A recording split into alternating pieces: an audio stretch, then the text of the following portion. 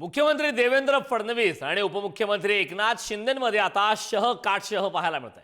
मुख्यमंत्र्यांच्या वॉर शेजारी आता एकनाथ शिंदेंचा समन्वय कक्ष होणार। राज्यातील मोठ्या प्रकल्पांवर उपमुख्यमंत्री एकनाथ शिंदे सुद्धा आता लक्ष ठेवणार आहेत। बैठका आणि कार्यक्रमांना एकनाथ शिंदेंची अनुपस्थिती सुद्धा आता चर्चेचा विषय।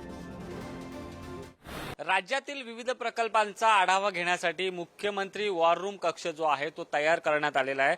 आपण जर बघितलं असेल तर गेली अनेक वर्ष हा मुख्यमंत्री वॉर रूम कक्ष तैनात आहे। ज्यावेळी राज्यात देवेंद्र फडणवीसांचं 2014ला सरकार आलं, देवेंद्र फडणवीस मुख्यमंत्री झाले, त्यानंतरच खऱ्या अर्थाने मुख्यमंत्री वॉर रूम कक्षाला सुरुवात झाली आणि आता पुन्हा देवेंद्र फडणवीस मुख्यमंत्री झाल्यानंतर ही वॉर रूम जी आहे ती सज्ज झालेली आहे। मात्र आता याच वॉर रूमच्या शेजारी मी आपल्याला दाखवू शकतो, हा मंत्रालयातील 7वा मजला आहे, ज्या ठिकाणी सर्व बैठका होतात, राज्य मंत्रिमंडळाची बैठक होते, त्याच्याच बाजूला मुख्यमंत्री वॉर रूम कक्ष आहे। मात्र आता याच वॉर रूमला लागून उपमुख्यमंत्री एकनाथ शिंदे यांची खरं तर कक्ष जो आहे तो उभारण्यात येणार आहे।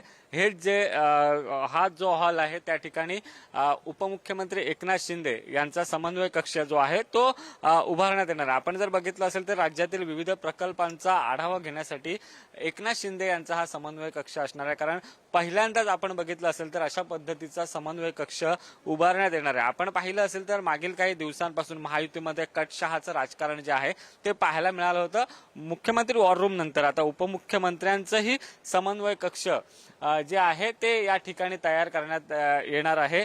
जी आपल्याला खात्रीलायक सूत्रांकडून माहिती मिळते त्यानुसार गृहनिर्माण विभागाचे जे महत्त्वाचे प्रकल्प आहेत त्याचा आढावा घेण्यासाठी, त्याचसोबत नगर विकास विभागाचे जे प्रकल्प आहेत त्याचा आढावा घेण्यासाठी आता उपमुख्यमंत्री एकनाथ शिंदे यांचा हा समन्वय कक्ष या ठिकाणी उभारला जाणार आहे। कॅमेरा पर्सन सुरेश सह सुशांत सावंत, पुढारी न्यूज, मुंबई।